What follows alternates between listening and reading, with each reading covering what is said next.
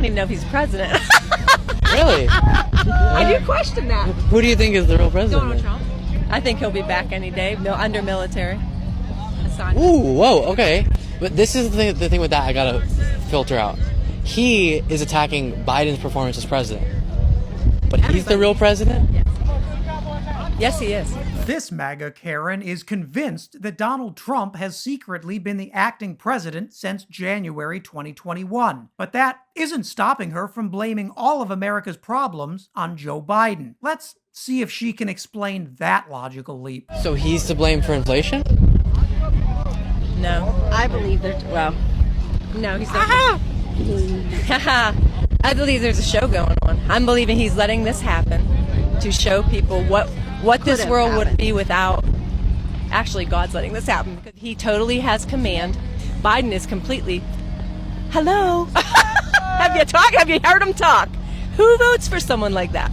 This ain't real. This is not a real thing. Okay, well. There you have it. Donald Trump is still the real president, but God is allowing Joe Biden to pretend he's leading the country so that Americans can see just how bad things would be without Donald Trump. That would be an interesting argument, if not for one simple fact. Under Joe Biden, the American economy is surging. A jobs report released on December 2nd absolutely demolished analyst expectations, with the economy adding well over 250,000 jobs. That's over the 200,000 most analysts expected, and average hourly wages jumped 0.5% for November, more than double even the most optimistic projections. For a fake president, Joe Biden is delivering some real gains for working-class Americans. But those jobs numbers only matter if you're watching media that's actually covering reality. And that's not the case for our next MAGA moron. She also believes Donald Trump is still the president, and she made that decision by rejecting the mainstream media and doing her own research. Uh-oh. Do you think Donald Trump's going to be back in office sometime soon? Well, I think he's already been our president. That election. Oh, really? Oh, yeah. Wait, so you think he's actually president now?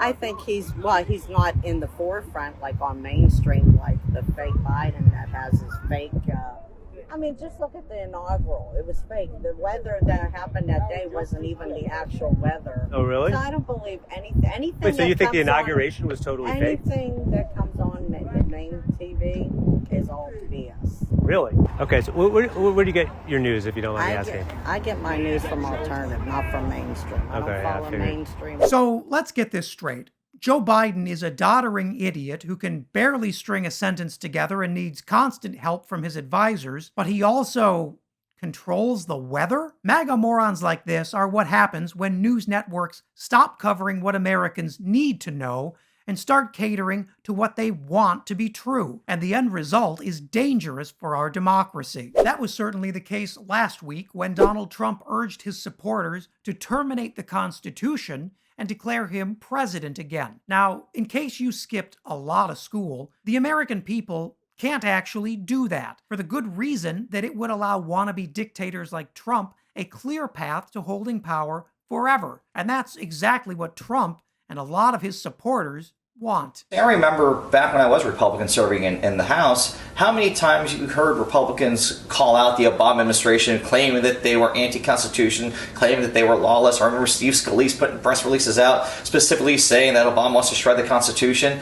And where are those Republicans now that Donald Trump just said, let's throw the Constitution out the window?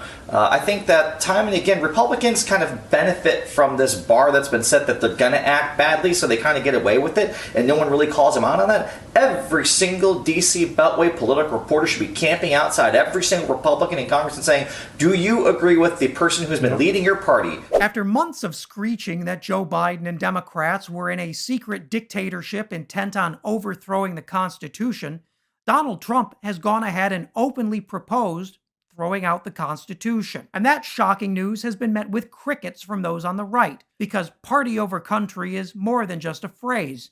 It's a way of life for modern Republicans. Except not every Republican is willing to let Donald Trump turn his Constitution-shredding madness into the official party line. And the guy speaking up might surprise you. Take a listen to former Ambassador John Bolton. Yeah, You heard that right. You are essentially telling us that you would consider getting into the 2024 race. Absolutely. I think to be a presidential candidate, you can't simply say, I support the Constitution. You have to say, I would oppose people who would undercut it. You know, we used to have a thing in the House of Representatives called the House Un-American Affairs Committee.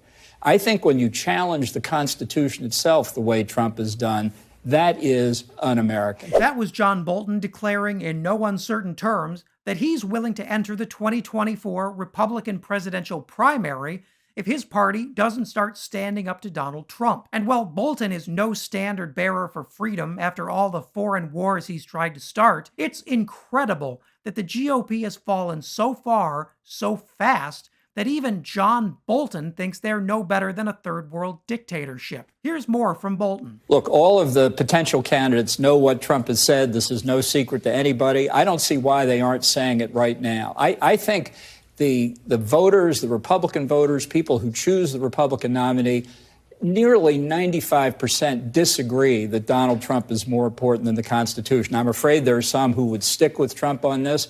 What does a candidate have to lose by appealing to 95% of the base of the Republican Party?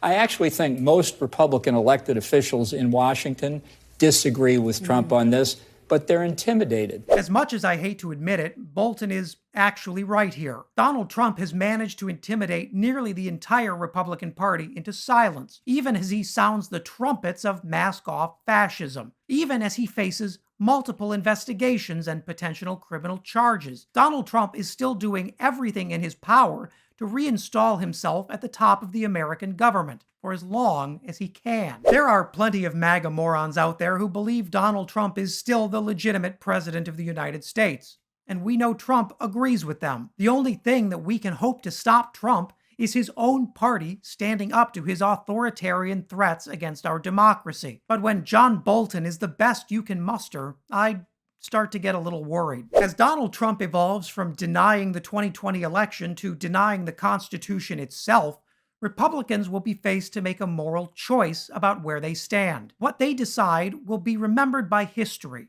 and by the voters they're asking to re-elect them. American democracy hangs in the balance. If you made it to the end, thanks so much for watching. Please leave a like and consider subscribing. And leave a comment below so you can let me know what I should cover next.